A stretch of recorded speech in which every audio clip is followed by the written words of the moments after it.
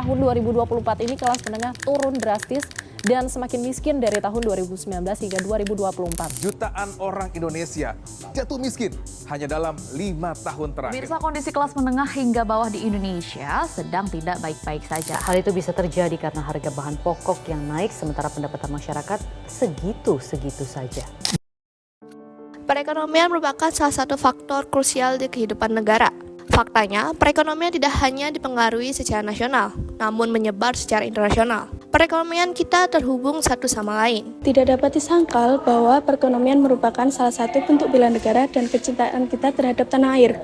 Perekonomian yang baik juga termasuk dalam Pancasila sila kelima. Bagaimana tidak, eksistensi suatu negara sangatlah berpegang teguh pada perekonomiannya. Kehidupan bangsa sangat erat kaitannya dengan perputaran ekonomi negara.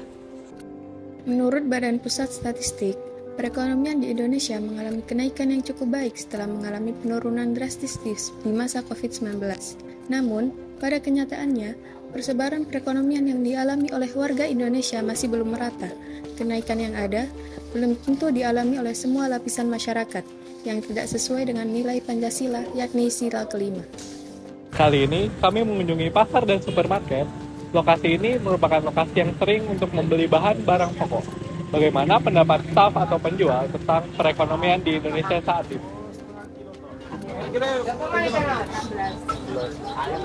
Iya nak muda dah bu. Saya berapa biasanya? Biasanya minimal ya 30 sekilo. 30 itu sak kilonya kapan tuh? Bawang merah piro, Bu? 39.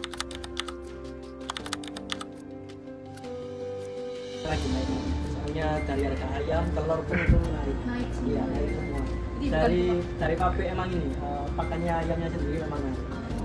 Memang mengikuti harga pasar, jadi beras apa lagi yang kaget. Di sini harganya biasanya 74, sekarang 94. Berapa kilo, Mas? 5 kemasannya. Kalau di sini sih masih sama-sama aja ya, cuman beberapa customer juga agak mengurangi porsi ini penjualannya. Jadi biasanya pesen per hari 25 sampai 30 ekor, jadi 20 ekor sampai 50.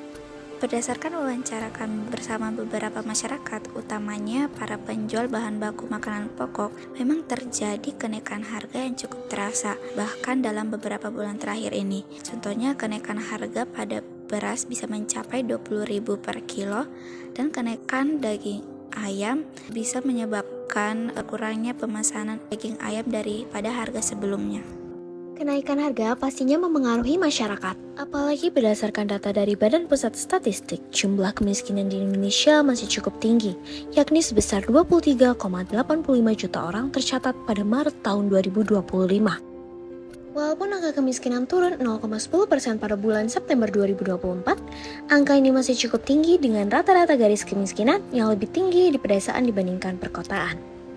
United Nations melalui Sustainable Development Goals menetapkan poin Zero Poverty sebagai salah satu tujuan utamanya. Namun, jika harga semakin melonjak dan daya beli di masyarakat semakin menurun, hal ini tentu saja akan menyebabkan tantangan dalam upaya pengentasan dari kemiskinan. Tidak boleh sampai ada masyarakat yang tertinggal, apalagi sampai kesulitan untuk mengakses kebutuhan utama, salah satunya adalah makanan bergizi. Beberapa solusi yang dapat dilakukan adalah memperkuat literasi keuangan, mendorong kreativitas kewirausahaan sejak usia sekolah, serta mendukung program pemerintah seperti pasar murah, stabilisasi harga, dan penguatan koperasi pangan.